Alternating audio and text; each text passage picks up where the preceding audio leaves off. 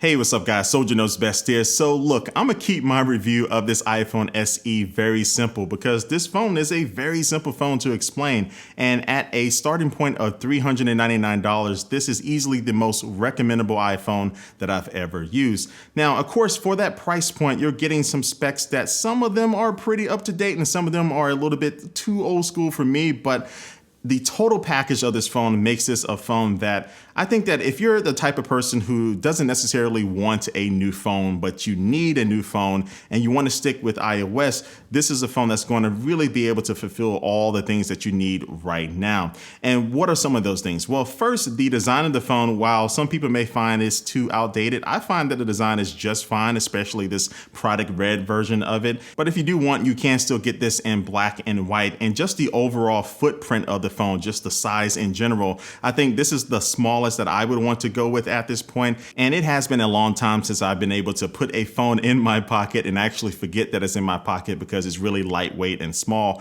And that's coming from someone who's been using the S20 Ultra or the OnePlus 8 Pro. So it's kind of refreshing to have a phone of this size. And then when you flip the phone over, you really start to see the old school characteristics of this phone because you really get a blast from the past with the big bezels on the 4.7-inch screen that this phone comes with. And the screen quality is right there at the level that I would be fine with. It looks good. The resolution is not the highest in the world. And so if you're watching videos or playing games on this screen, it's definitely acceptable, but I wish the brightness was a little bit better because I have to keep the brightness up to around 90% or so to keep me satisfied and not looking at a very dark screen. And because I have to do that, sometimes I can see that take a little bit of a hit on my battery. And that's a big thing because the battery inside of this phone is small. So I typically find myself having to recharge my phone about 2 to 3 hours before I call it a day. So it's definitely not all day battery life for me. And so if I was going to be out all day long and using my phone, taking photos and videos and social media and all of that good stuff, I would probably want to bring a portable charger with me. And then one thing that I really missed, and I didn't realize how much I missed it,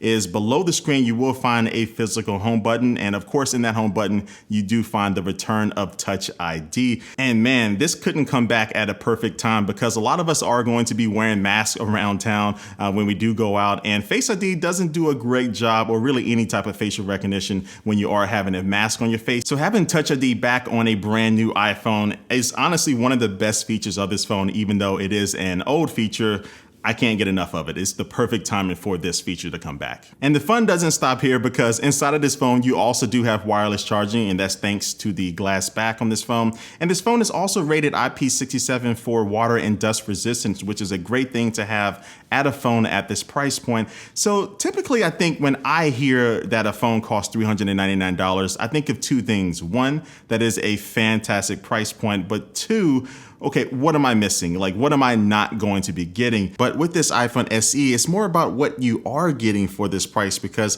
the main thing I like about this phone is the camera performance, because you're getting similar performance, not quite exact, but similar performance when it comes to photos and videos with this iPhone SE compared to the more expensive iPhone 11 and even the 11 Pro. Now, it doesn't have as many cameras on the back. You just have one single 12 megapixel wide angle camera, so no ultra wide or telephoto camera on the back. But look at these photos. The quality is pretty close to the iPhone 11 Pro. And I did a full video comparing the cameras on this phone compared to the ones on the iPhone 11 Pro, but it definitely held its own when it came to the photos, especially the portrait mode photos, because inside of this iPhone SE, you do have the A13 processor, which does a lot of the heavy lifting to be able to give you portrait mode without having multiple lenses on the back. And because of the focal length of the camera on the iPhone SE, it actually makes you look a little bit slimmer, which is never a bad thing when you're taking photos of yourself. I know I need it right now.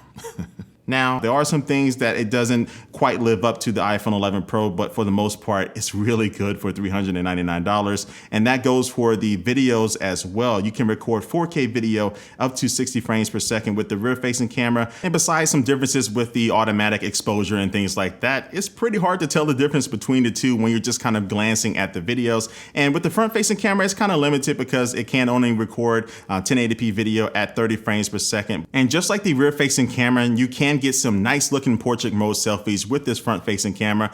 And really the camera quality really ties everything with this phone together, because if the cameras weren't as good as they are, I wouldn't be as excited for this phone, but because they do deliver, I am very happy with it. And it makes it very hard to find things that I don't like about this phone. I guess maybe the starting storage, which is only 64 gigabytes, may be one of those things. But if you do want to upgrade to 128 gigabytes, it'll be around $50 for that upgrade. And it's little things like that that may make people start to look at other competition at this price range, like the Samsung Galaxy A51 that has more storage to start with. It starts with 128 gigabytes, also has a micro SD card to expand your storage, has a bigger, better display, bigger battery, and little things like that. But the iPhone SE is the only phone that runs iOS at this price point, and it runs iOS 13, and you should be getting consistent software updates for at least the next couple of years. So look, if you want an iPhone, you like iCloud, you like iMessage, you like everything Apple, but you don't want to spend a lot of money, this is a great phone for you. It's not just for people who aren't power users. Even if you are a power user, but you don't want to spend a lot of money right now, or you just really want the basics done well, this is a good phone. I definitely recommend it. And yeah, this is my review. So anyway, leave your comment down below and let me know what you think about this iPhone SE. Would you get it for yourself, or why wouldn't you get it? Leave that comment down below. Make sure you subscribe and hit that notification bell. And like always, I do want to thank you for watching this video, and I will catch you later. Peace.